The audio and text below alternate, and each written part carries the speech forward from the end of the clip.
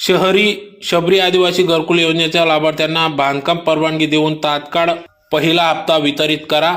नगरसेविका वंदनाताई भामरेंचे आयुक्तांना निवेदन. लवकरच हप्ता खात्यात जमा होणार, आयुक्तांचे आश्वासन. याबाबत अधिकृत की शहरी शबरी आवास योजनेच्या माध्यमातून धुळे मनपाच्या 245 प्रस्तावित लाभार्थ्यांपैकी 144 लाभार्थी पात्र करण्यात आले असून त्यापैकी 90 लाभार्थ्यांना पहिला हप्ता वितरित करायचा आहे. त्या अनुषंगाने मनपा माध्यमातून प्रक्रिया सुरू आहे. असे असताना देखील बांधकाम परवानगी नसल्याबाबतचा मुद्दा उपस्थित केला जात असून नियमानुसार 269 स्क्वेअर फूट जागेला कुठल्याही बांधकाम परवानगीची आवश्यकता नसते. शिंदखेडा नगरपंचायतीत नगर भूमापन कडून मिळालेल्या अभिलेख प्रमाणपत्राच्या आधारावर सदर लाभार्थ्यांना बांधकाम परवानगी देऊन लाभ देण्यात आला आहे. त्याच धर्तीवर आपल्या लाभार्थ्यांचे देखील नगर भूमापन धुळे विभागामार्फत मिळालेल्या अभिलेखावर बांधकाम परवानगी द्यावी असे आशयाचे निवेदन आज नगरसेविका वंदनाताई भामरे यांनी आयुक्त नितीन कापडणीस यांना दिले व त्या संदर्भात चर्चा करण्यात आली व या ठिकाणी गेल्या 7 वर्षापासून येथील स्थानिक नागरिक या झोपडीत राहत असून 7 वर्षापासून या आदिवासी लाभार्थ्यांना टाळाटाळ करण्यात येत असून शासनाच्या नियमानुसार लवकरात लवकर या ठिकाणी पहिला हप्ता त्यांच्या खात्यात जमा करावा असे मागणीचे निवेदन या ठिकाणी देण्यात आले. प्रसंगी या ठिकाणी स्थानिक नागरिक मोठ्या संख्येने उपस्थित होते. तर आयुक्त यांनी देखील या मागणीला सकारात्मक भूमिका घेत लवकरच 80 ते 90 लाभार्थ्यांच्या थेट खात्यावर पहिला टप्पा जमा होणार असल्याचे समजते. यावेळी नगरसेविका वंदनाताई भामरे, मीराबाई जाधव, आशाताई कुवर, दीपक जाधव,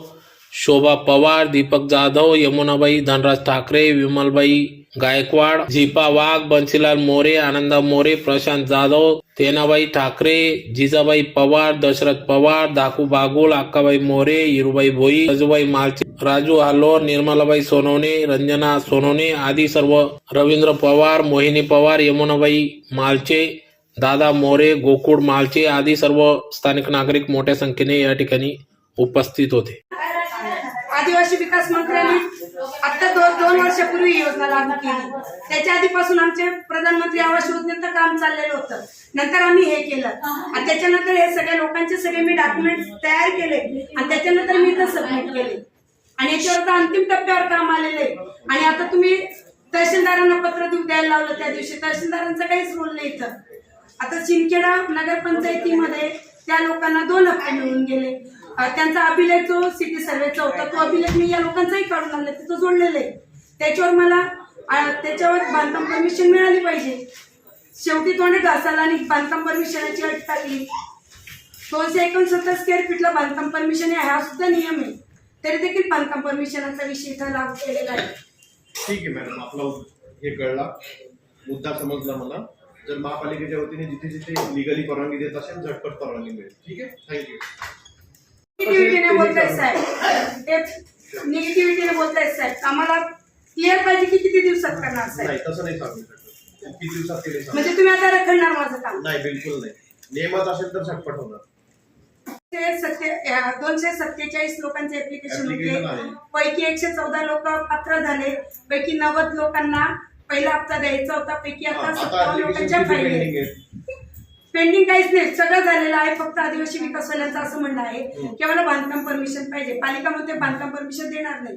मग शिंदखेडावाल्यांचं कसं केलं त्या पद्धतीने आम्ही बघितलं तर त्यांनी अभिलेख घेतले सिटी सर्वे कडून आणि तो अभिलेख बांधकाम परवानगीसाठी किती अर्ज पेंडिंग आहेत महापालिकेकडे अंदाजे? नाही, पहिले 57 पहिले ते काढतायत. 57 पेंडिंग आहे. 57 पेंडिंग आहे. ठीक आहे, 57 फाईल ज्या महापालिकेकडे पेंडिंग आहेत ते मी तपासायला सांगतो. जर तुमच्या म्हणण्याप्रमाणे GR मध्ये उल्लेख असेल की थांबा मॅडम, GR मी वाचतो. GR मध्ये जर उल्लेख असेल की महापालिकेची स्वतःची किंवा शासनाची जागा असेल तर तिथे त्याला परवानगी देता येते, तर आम्ही कोणी थांबवू शकत नाही. कोण म्हणतं देणार नाही? कोण म्हणतं देणार नाही? घरकुलचा हक्क मिळालाच पाहिजे. हक्काचं घरकुल मिळालाच पाहिजे. हक्काचं घरकुल मिळालाच पाहिजे. शबरी आवास योजनेचा हक्काचं घरकुल मिळालाच पाहिजे. कोण म्हणे घेणार नाही? घेतल्याशिवाय राहणार नाही. कोण म्हणे देणार नाही? घेतल्याशिवाय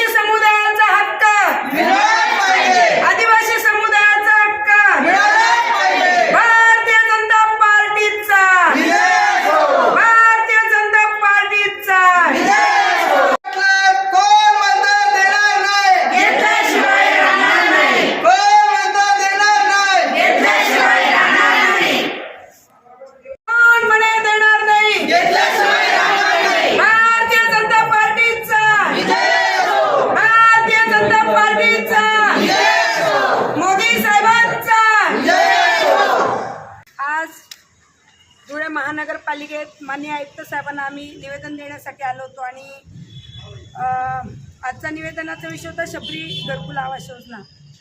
आपल्याला सगळ्यांना माहिती आहे की माननीय प्रधानमंत्री मोदीजींचा वाक्य आहे, घोषवाक्य आहे, मागेल त्याला घर.